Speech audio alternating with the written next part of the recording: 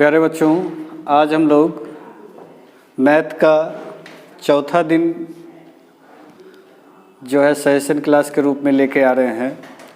इस suggestion class का ये जो चौथा दिन है, ये पिछले 3 दिनों में 3 प्रश्नों को सॉल्व किया है, जिसमें पहला दिन 1 से लेकर 10 तक, दूसरा दिन भी 11 से लेकर के 20 तक और तीसरा दिन भी 21 से लेकर के 30 तक। आज जो है ये वैसे पिछली बार जो नंबरिंग था वो 1 से 10 तक ही सब में गिनती हुआ था, लेकिन टोटल कुल सवाल जो देखा जाए तो 30 सवाल था। आज मैं उसको सीरियली क्रम में लेके आ रहा हूँ कि 31 से लेकर के आज मैं लगभग 40 से 42 सवाल तक बताऊँगा।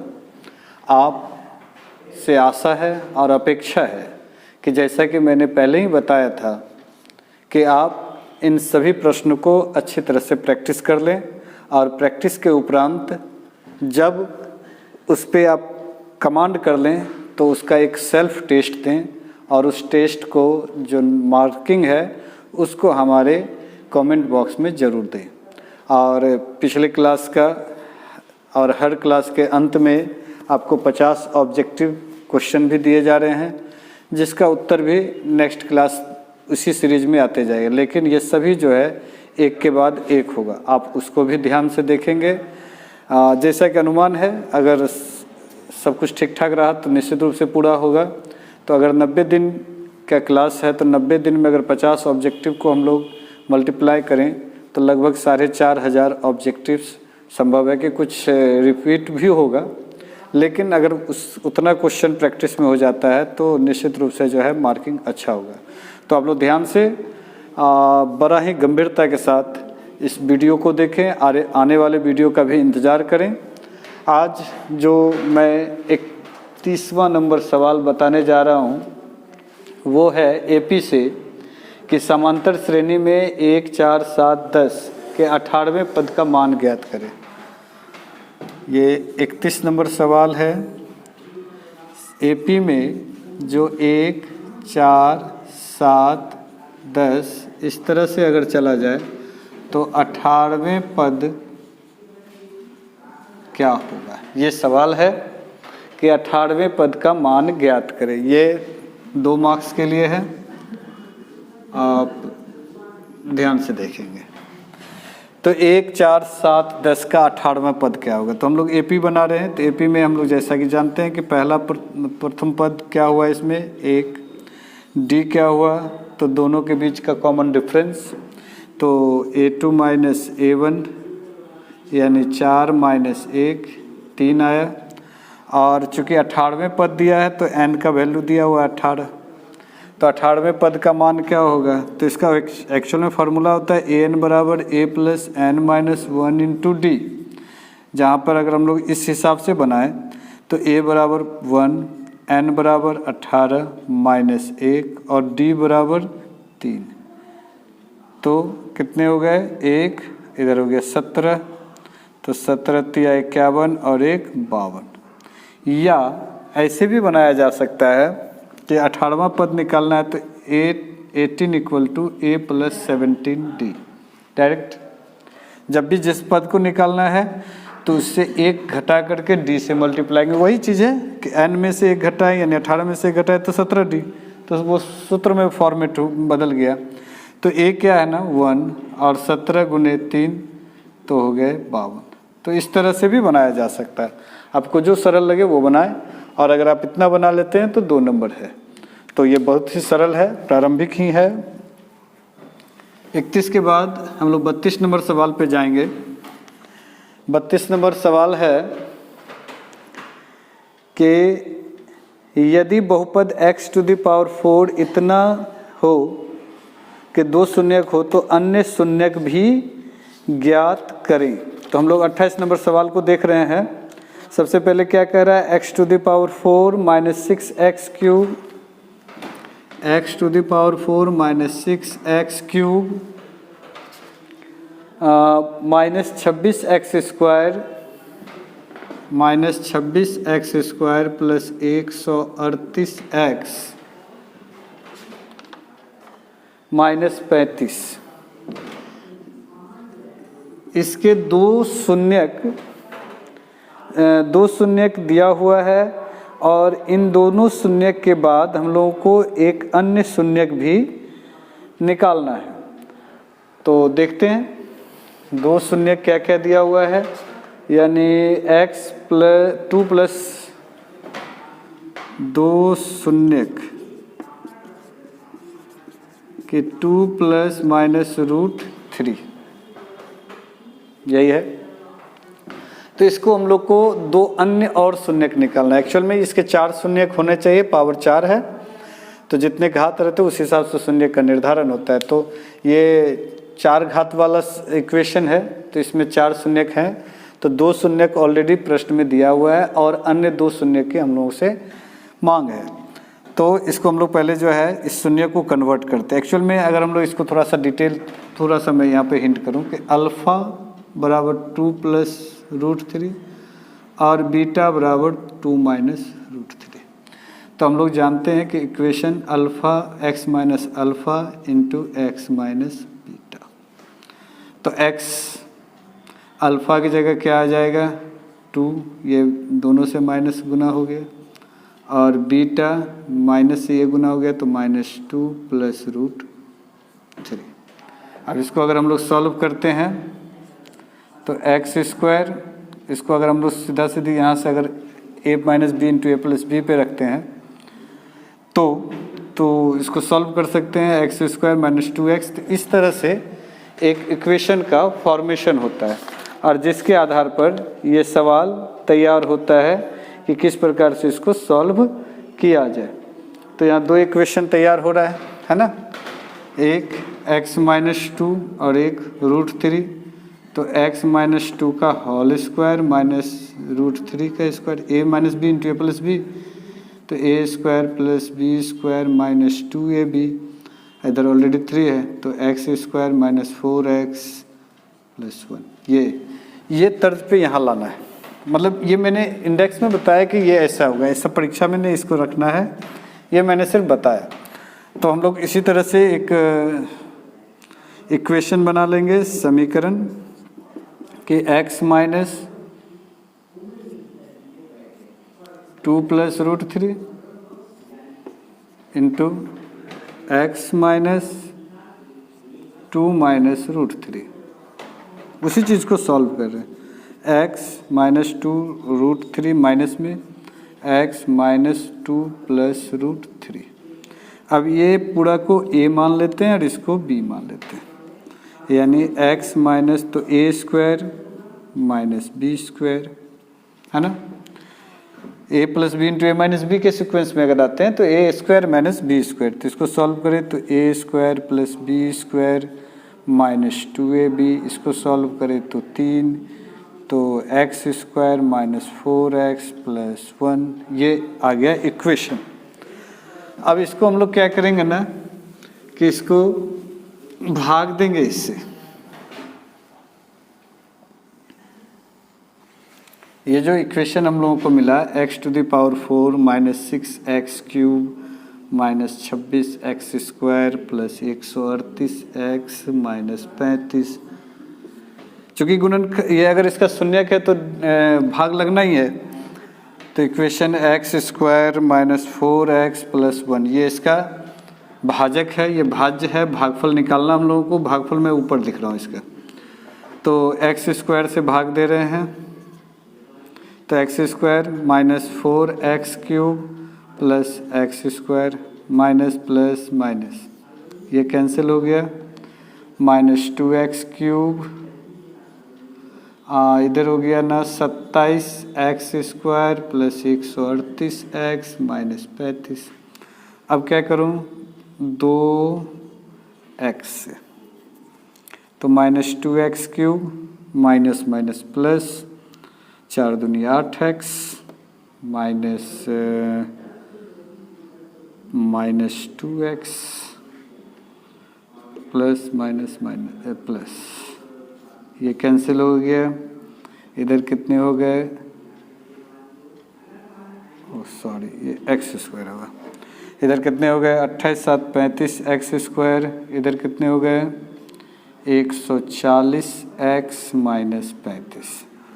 35 से मैं भाग दूं इसको 35, तो कितने हो गए -35x² माइनस माइनस प्लस 35 चौके 140x प्लस माइनस माइनस 35 एकम 35, ये प्लस ये माइनस ये प्लस, ये पूरा कैंसिल हो गया। तो इस तरह से इक्वेशन क्या आया, x² माइनस 2x माइनस 35 भागफल जो कि इक्वेशन के रूप में आएगा x² माइनस 2x माइनस 35। अब इसका गुणनखंडन करेंगे और इसके गुणनखंडन के बाद जो आता है वो हम लोगों का दो अन्य गुणन द्विघात शून्यक हो गया। तो इसका गुणनखंडन 35 को 7 और 5, 7 5 35, 7 में से 5 गया 2, तो ठीक है x² 7x 5x 35 है ना। इसको बराबर 0 करके लेके चलते हैं, x कॉमन लिया 7 ये 5 प्लस लिया और x माइनस 7, तो x plus 5 x minus 7 equal to 0। इसको आपको नीचे लेके चलना है, मेरे पास जगह का अभाव है तो मैं इसको यहाँ लेकर चल रहा हूँ। तो x plus 5 equal to 0, x बराबर 5, x minus 7 equal to 0, x बराबर 7, अतः x बराबर 5 और 7। तो इस तरह से ये भी एक बड़ा सुंदर प्रश्न है, ये मेरे सजेशन में है। लेकिन अगर ऑप्शन में रहे कि आपको 25 क्वेश्चन है जिसमें से मात्र 15 प्रश्नों का जवाब देना है और वो 25 प्रश्न में से आप 16-17 प्रश्न जान रहे हो और ये भी जान रहे हो और उसके अलावा, तो आप देखोगे कि टाइम का मेंटेनेंस क्या होता है। तो अगर ये स्किप करना होगा तो कर जाना है, लेकिन सीखना है कि अगर ये 15 के अंदर आ जाता है तब तो इसको बनाना कंपलसरी है, तो भी वहाँ पर हम लोग को मार्क्स लाना है। तो इस हिसाब से मैंने दिखाया कि ये इसका हो सकता है। इस आप इतना भी सॉल्व करते हो, पिछला सवाल के बनस्पति ये थोड़ा ज़्यादा सॉल्व करना पड़ा, स्टेप ज़्यादा हैं, लेकिन इसके भी 2 ही मार्क्स मिलेंगे आपको। तो इस तरह से ये सवाल नंबर 32 था। हम लोग अगले सवाल की ओर बढ़ेंगे। सवाल नंबर 33 है कि द्विघात समीकरण इतना का विवेचक ज्ञात करें। देखेंगे अब इसके बनस्पति ये जो सवाल है ये उतना ही सरल है कि सिर्फ विवेचक इसका मतलब हो गया कि d का वैल्यू निकालना है। आप अगला सवाल देखेंगे, बहुत ही सरल है।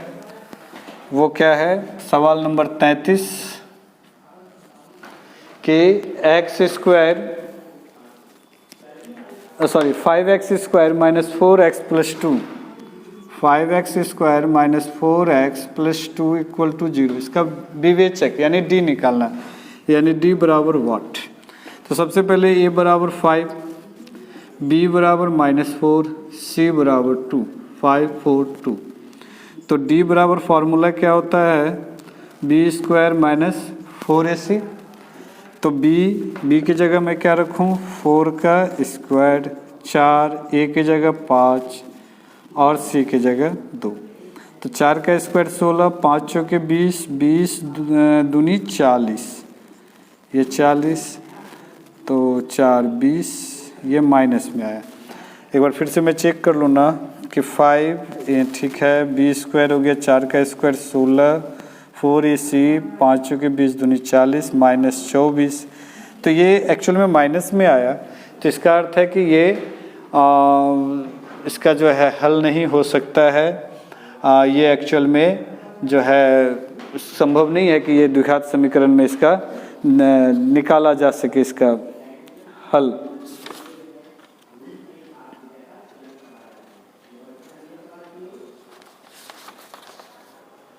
ये प्रश्न संख्या 33 था और नेक्स्ट प्रश्न की ओर बढ़ते हैं। प्रश्न संख्या अगला है कि 34 नंबर के x² बराबर 9, तो इसके जो है चर लिखने हैं कि कौन कौन से हो सकते हैं। तो ये बहुत ही सरल है, देख रहे हैं कि सबके लिए 2 मार्क्स ही है। प्रश्न संख्या 34 इसके लिए भी 2 मार्क्स हैं। अब तक मैंने जितने भी सवाल बताए 31, 32, 33 और ये जो 34 नंबर इसका भी 2 है। तो इसमें है कि x square minus 9 equal to 0 के समुच्चय, सॉरी एक्स स्क्वायर माइनस नहीं है इक्वल टू 9, तो इसके जो है ना का हल समुच्चय लिखे। एक्चुअल में ये ऑलरेडी हल किया हुआ है ना कि एक्स स्क्वायर है तो अगर अंडर रूट कर दिया तो क्या हो गया प्लस माइनस, तो इस तरह से अगर हम इसको देखें यहाँ पर कि एक्स स्क्वायर इक्वल टू 9 तो x equal to plus minus 3, ये तो ऑलरेडी सॉल्व है, लेकिन फिर भी इसको समुच्चय में रखना है तो ये माइनस इक्वल टू 0। अब ए एक्स स्क्वायर 9 को मैं 3 का स्क्वायर लिख सकता हूँ, तो a plus b into a minus b. अब क्या है ना, फिर उसी तरह x plus 3 equal to 0, x equal to minus 3, x minus 3 equal to 0, x equal to plus 3, that means कि x बराबर 3 प्लस और माइनस, यही आंसर हो गया। और इसके लिए भी आपको 2 नंबर मिल रहा है। तो देखेंगे कि बहुत सरल सवाल, बच्चे के मन में ये ना एक भ्रम बैठा दिया गया है, मैथ के प्रति एक डर भी है, और बैठाना तो दूर, एक्चुअल में क्या है ना कि डर बैठ चुका है कि गणित सबसे कठिन है। और मैंने देखा एक बड़ी विडंबना हमारे पास साथ है, बच्चों के बीच में रहता हूँ, तो मैंने देखा कि सबसे ज़्यादा बच्चे कॉन्शियस होकर के ट्यूशन वगैरह लेते हैं मैथ का। आप जहाँ भी जाएंगे तो ट्यूशन के जो सबसे बड़ी उपलब्धता है मैथ्स की, डिमांड है बच्चों की ओर से, और शिक्षक भी, हम सब भी लगे रहते हैं कि मैथ्स बच्चे को ज़्यादा से ज़्यादा हो। और बिहार के बच्चे को देखा मैंने कि मैथ मजबूत होते हुए भी जो 10th है उसमें मैथ में ही फेल होते हैं। अगर बच्चे 100 फेल हो रहे हैं ना, तो उसमें 80% 90% बच्चे मैथ्स में फेल हैं। तो ये क्यों हो रहा है समझ से परे, जबकि अन्य भाषाओं को वो बहुत कम ध्यान देते हैं, फिर भी उसमें निकल जाते हैं, लेकिन इसमें नहीं। तो इसका सबसे बड़ा कारण है डर। और मैं आपको कह देता हूं कि ये डर आज आप समाप्त कर लें तो आप कुछ नहीं, मैंने जो बता रहा हूं मैं उसको आप खाली देखते रहो और उसको सिर्फ प्रैक्टिस करो। विश्वास जताएंगे कि निश्चित रूप से आपको 90% नंबर आ सकता है मैथ्स में, अगर आप इस सजेशन क्लास को फॉलो करते रहे तो निश्चित रूप से आप लगे रहना। 34 नंबर के बाद मैं 35 नंबर सवाल पे आता हूँ। वो भी इतना ही सरल है कि 35 नंबर द्विघात समीकरण 3x square plus 4x 4x plus 5 के मूलों का योगफल। 35 नंबर सवाल है 3x square plus 4x plus 5 equal to 0। इसके ना मूलों के योगफल निकालना है। तो a equal to 3, b equal to 4, c equal to 5, मूलों का योगफल यानी alpha plus beta equal to what, चूँकि फार्मूला होता है अल्फा प्लस बीटा बराबर माइनस बी बाई ए। ये सब फार्मूला मैं आपको रेगुलर क्लास में बताऊंगा। अभी तो सेशन क्लास में जिसमें समय का कमी है, हम लोग को कम समय में ज़्यादा देखना है, लेकिन जब मैं भविष्य में आपको रेगुलर क्लास दूंगा तो उसमें सारे फार्मूला कैसे बनते हैं, कैसे डेवलप किए गए हैं, वो भी मैं बताऊंगा, ये किस प्रकार से डेवलप किए जाते हैं। फिर भी minus b by a, b क्या है हमारे पास 4, ए क्या है 3, हो गया आंसर। और आप इतना मात्र करते हो, कितने नंबर आ रहे हैं आपको? 2 नंबर आ रहे हैं। तो देखेंगे बहुत तो ऐसा लगेगा कि ये ऑब्जेक्टिव टाइप ही है। प्रश्न संख्या मैं 36 की ओर बढ़ रहा हूँ। एक आयताकार, ये मेंसुरेशन से है कि विकर्ण है जिसके सबसे छोटी भुजा से 60 मीटर अधिक लंबा है। विकर्ण उसकी छोटी भुजा से 60 मीटर अधिक लंबा, ठीक है। यदि बड़ी भुजा से 30 मीटर, बड़ी भुजा छोटी भुजा से 30 मीटर अधिक हो तो खेत की भुजाएं ज्ञात करें। देखते हैं, बहुत ही सरल सवाल अगला भी है जो सिर्फ सवाल को पढ़ने तक का है कि अगर हम सवाल को समझ लें। मैंने पहले भी कहा कि आप सवाल को बड़ा गहराई से 15 मिनट हम लोगों को समय दिया जाता है एक्स्ट्रा, जिसको कूल ऑफ टाइम कहा जाता है, जिसमें आपको करना क्या है कि सिर्फ क्वेश्चन को देखना है, कि क्वेश्चन को पढ़ना है कि भाई सबसे अच्छा तरीके से सॉल्व किस पे कमांड ज़्यादा है उसको बनाना है, और ये क्रम करते करते जो है आप लेके जाओ।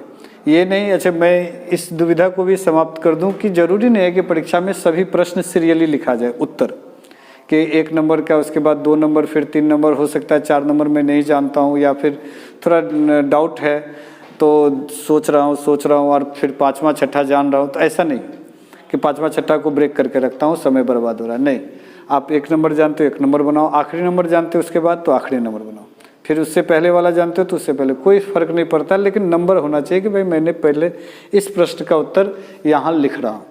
तो ये कन्फ्यूजन को समाप्त करें। प्रश्न संख्या 36 जो है कि एक आयताकार खेत है,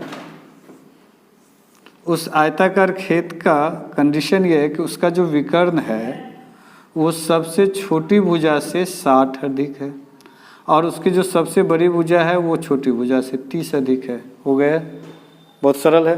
तो इसमें मानना क्या पड़ा, तो माना कि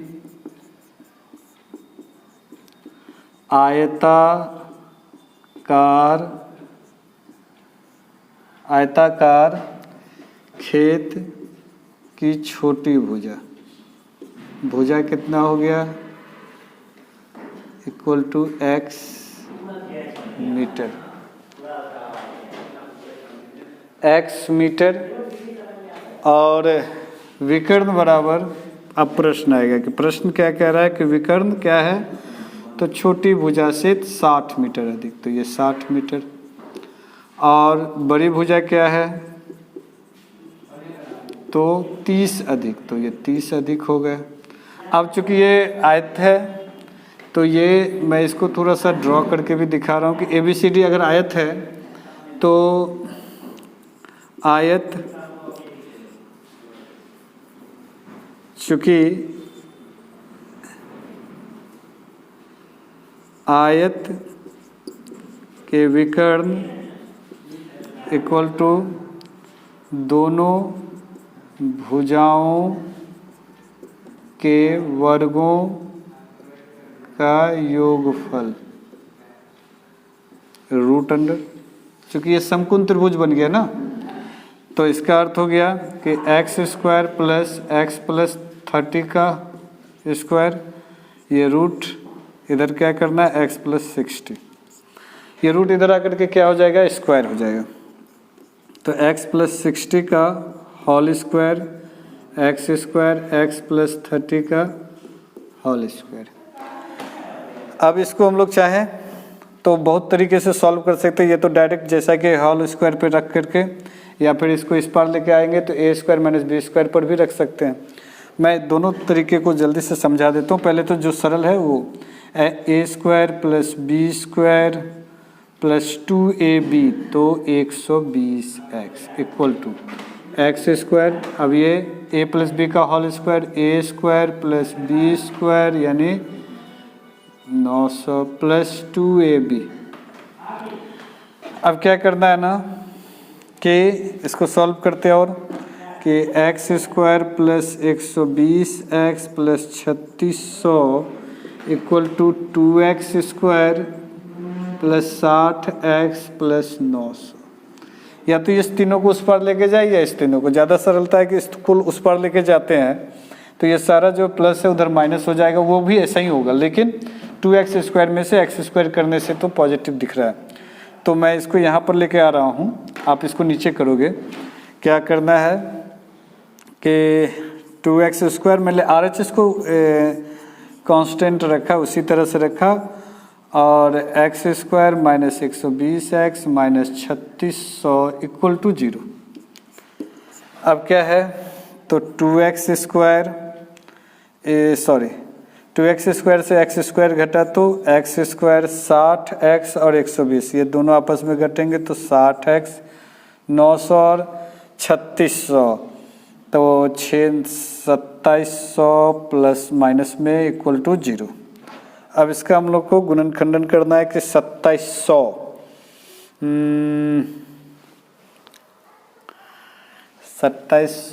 तो 27 9 27 9 और 30 27 90, ठीक है, तो minus 90x plus 30x minus 2700 equal to 0। Common क्या लेना है, x माइनस 90 प्लस इधर 30 कॉमन आएगा तो x 90 इक्वल टू 0। अब क्या दिख रहा है कि x प्लस 30 और x minus 90 equal to 0, x plus 30 equal to 0।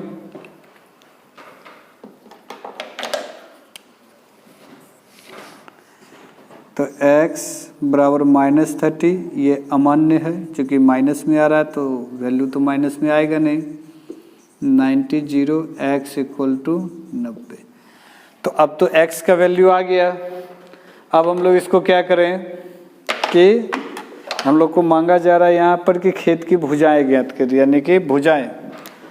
तो मैं इसको फिर से यहाँ लेके आ रहा हूँ। अतः खेत की भुजाएं, तो छोटी क्या हो गई, x माना था तो x इक्वल टू 90 मीटर, और बड़ी क्या हो गई x प्लस 30। तो बड़ी क्या हो गई x प्लस 30, यानी 90 प्लस 30 मतलब 120 मीटर। तो इस तरह से हम लोगों ने देखा कि सबसे छोटी भुजा और बड़ी भुजा यानी कि निकाला जा सकता है 150। इसको अगर हम लोग सोचे कि ये सही है या गलत, तो इसको भी हम लोग सॉल्व कर सकते हैं कि 90 का 120 का स्क्वायर 144 पे 2 0, 90 तो 81 0 0 5 8 4 12 1 1 2, ये कितना का 150 का स्क्वायर, तो विकर्ण का हो जाता है। तो इस तरह से आपने देखा कि 36 नंबर सवाल बहुत ही सरल था, बस इसको सिर्फ स्टेप बढ़ रहा है, लेकिन अगर आप सरलता से समझेंगे तो बहुत ही आसान है। आगे बढ़ूं, सवाल को देखना है और उससे भरपूर प्रैक्टिस करना है। आप अगर प्रैक्टिस करते हो तो आपको समझ में आएगा कि हाँ। और 10th क्लास के बच्चे चूँकि उम्र में भी कच्चे होते हैं और माता पिता का, गार्जियन का दबाव भी रहता है, इस कारण से संभवतः वो जो है गलत डिसीजन के शिकार जल्दी होते हैं। मैं आपसे कहूं कि बड़ा आसानी से आप काम करते जाना, सिर्फ पढ़ाई पर सिर्फ फोकस करो, रिजल्ट तो अपने आप बनना है।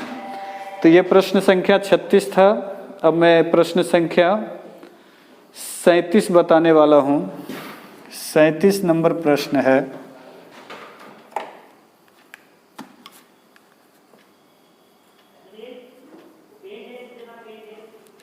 सैंतीस का है कि एपी का 31वां पद ज्ञात कीजिए, जिसका 11वां पद 38 और 16वां पद 73। एपी का 16वां पद है, वो है 11वां पद 11वां पद 38 है और 16वां पद 73 है, यही है शायद। और हम लोगों को निकालना है 31वां पद, यानी A31 बराबर वाट। तो चूँकि A11 इक्वल टू 38, तो A plus 10D equal to 38, ये इक्वेशन फर्स्ट। इसी प्रकार A plus 15D equal to 70। चूँकि मैं इसको फिर से करूँ, चूँकि A16 इक्वल टू 73, तो A plus 15D equal to 73, समीकरण 2। इन दोनों को सॉल्व करना है। समीकरण 1 तथा 2 से A plus 10D equal to 38, A plus 15D equal to 73, ये 1 ये 2।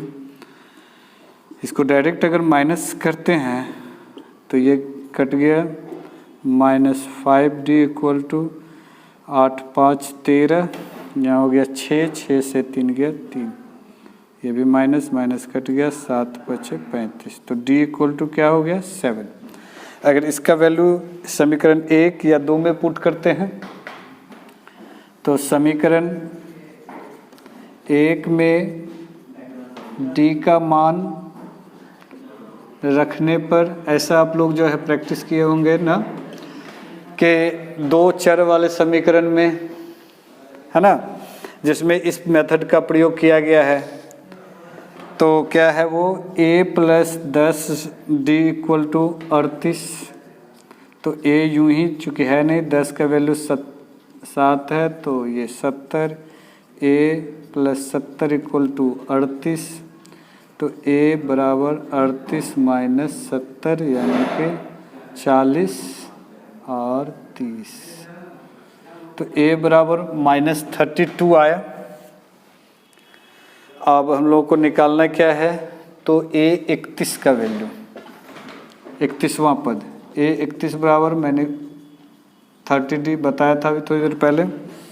a बराबर कितना हो गया 32 और 30d का वैल्यू कितना है तो 7। इसको सॉल्व कर लें तो -32 7 × 21 210 घटाएंगे तो 8 40, यहाँ कितने हो गए 10, 10 से 7 गया, 3 गया 7, ये 8 2 10, 7 3 10, 1 11, 1 1 2, ठीक है। तो ये आंसर हो गया 178। ये भी 2 मार्क्स के लिए है।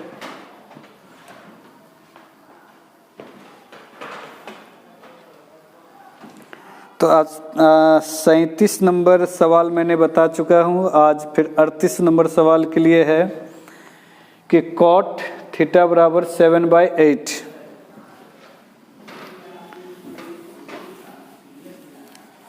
सवाल का स्टेप बड़ा हो तो इससे घबराना नहीं। एक्चुअल में है क्या, सवाल जानना है, ये बड़ी चीज़ है। तो वो सवाल नंबर 38 में बताने जा रहा हूँ कि 38 में क्या है। 38 में है कि cot थीटा बराबर 7/8।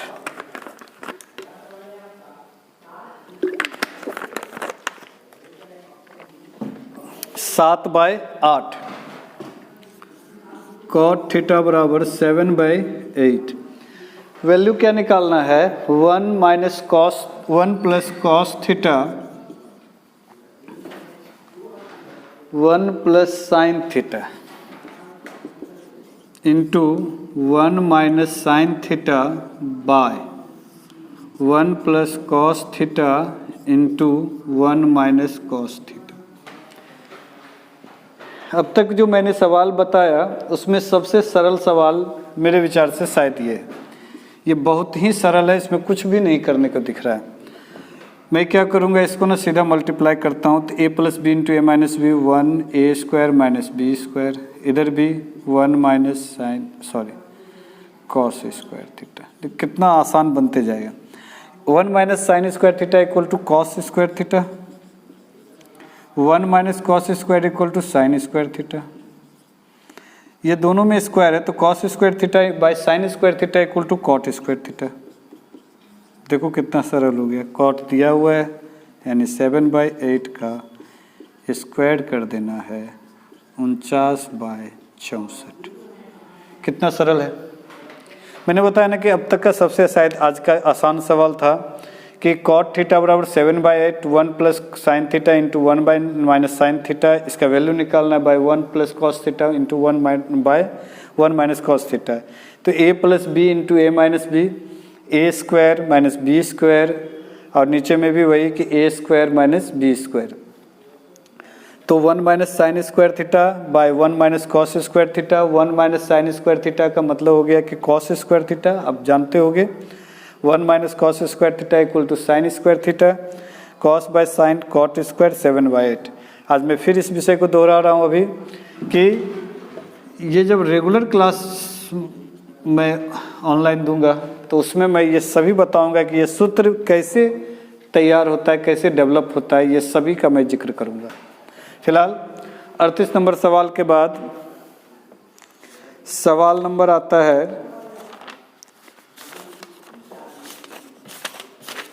39 के हल कीजिए। ये 2 चर वाला इक्वेशन है। तो विलोपन विधि हम लोग शुरू से यूज कर रहे हैं उसी विधि से ये सॉल्व करने के लिए कहा जा रहा है कि 6x + 3y 6x + 3y = 6xy, ये सवाल है। और दूसरा इक्वेशन है 2x + 4y = 5xy, ये इक्वेशन 1, 2 आप समझ रहे होंगे। मैं आपको बता जरूर रहा हूँ लेकिन आप ज़रूर समझ गए होंगे ये तो बहुत ही सरल है, इसको बनाने में क्या है। और सचमुच में इसको बस बनाना उतना ही आसान है। क्या करना है इसको, फिर वही मल्टीप्लाई 2 × 6, ऐसा भी कर सकते थे 4 और 3 से भी। तो 12x + 6y 12xy 12x + 6 × 4 = 24y 6 × 5 = 30xy minus ये कैंसिल हुआ। 16 18 -18y = -18xy माइनस कटा 18 18 कटा y कटा, तो इधर कुछ भी नहीं बचा तो 1, इधर क्या है x, यानी x = क्या हो गया 1। कितना सरल है। अब x का वैल्यू पुट करना किसी एक में, तो समीकरण 1 में x का मान रखने पर, तो जहाँ समीकरण 1 है उसमें जहाँ जहाँ x मिलेगा वहाँ वहाँ हम लोगों को इसका वैल्यू पुट करना है। तो 6 × 1 + 3y, यहाँ भी x है तो यहाँ पर भी 1 गुना y तो ऑलरेडी पहले से है, तो 6 + 3y = 6y, 3y उधर चला जाएगा, मैं इसको यहाँ लेके आ रहा हूँ। तो 6 = 6y - 3y 6 = 3y, ये कैंसिल हुआ, 2 = y, अतः x = 1 y = 2। कितना सरल है। अब देख रहे हैं कि ये सिर्फ देखने को कठिन होंगे लेकिन ये आप निश्चिंत रहें कि सवाल बहुत ही आसान है। ये 39 नंबर सवाल था।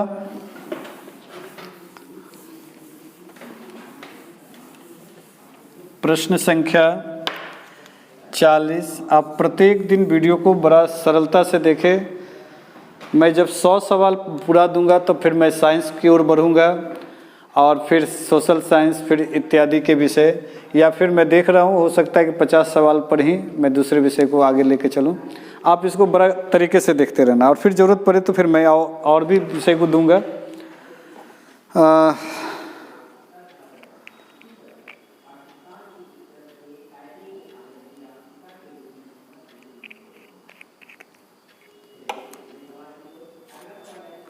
द्विघात समीकरण 4x² - 5x + 3 का विवेचक ज्ञात कीजिए और फिर मूलों की प्रकृति को ज्ञात कीजिए। विवेचक ज्ञात करना, मूलों की प्रकृति। 4x² - 5x + 3 4x² - 5x + 3, इसका पहले तो विवेचक यानी विविधकर ज्ञात करना है। एक सवाल और मैंने इस तरह का बताया और इसका फिर नेचर भी, प्रकृति भी बताना है। a = 4, b = -5, c = 3। तो आप विवेचक का फॉर्मूला, चूँकि d = b² - 4ac, b की जगह 5 का स्क्वायर 4 × 3, 5 × 5 = 25, 4 × 4 = 16, 16 × 3 = 48, 5 × 3 = 8, 2 2 4 -23। ये तो विवेचक हो गया। अब एक्चुअल में इसका निकालना क्या है कि मूलों की प्रकृति भी हम लोगों को बताना है। तो मूलों की प्रकृति क्या हो जाएगी, चूंकि d का वैल्यू क्या है माइनस में आया, तो चूंकि d <0, तो जैसे ही <0 तो मूल क्या है, वास्तविक नहीं है, मूल वास्तविक नहीं है या काल्पनिक है या हल नहीं है। तो इस तरह से बड़ा ही सरल है। प्रश्न संख्या 40 समाप्त हुआ आज। तो आज हम लोगों ने नेक्स्ट 10 प्रश्न देखा और कुल अब तक का 40 प्रश्न हो चुका है। जैसा कि मैंने पहले भी बताया कि इन सभी प्रश्नों को देखना है और देख करके प्रैक्टिस करते जाना है। प्रैक्टिस करते करते जब अगर आपको कमांड हो जाए तो फिर उसको आप सेल्फ टेस्ट दें। सेल्फ टेस्ट के बाद जो है जो खुद से कॉपी जांच करके और उसका जो मार्क्स है उस कमेंट बॉक्स में डालें। ये आपके लिए बड़ा ही रामबाण होगा। मिस ना करें, नहीं तो फिर बाद में पछताने के अलावा और कुछ नहीं बचेगा। तो आज के लिए इतना ही। नेक्स्ट क्लास में हम लोग मिलेंगे। बहुत बहुत धन्यवाद।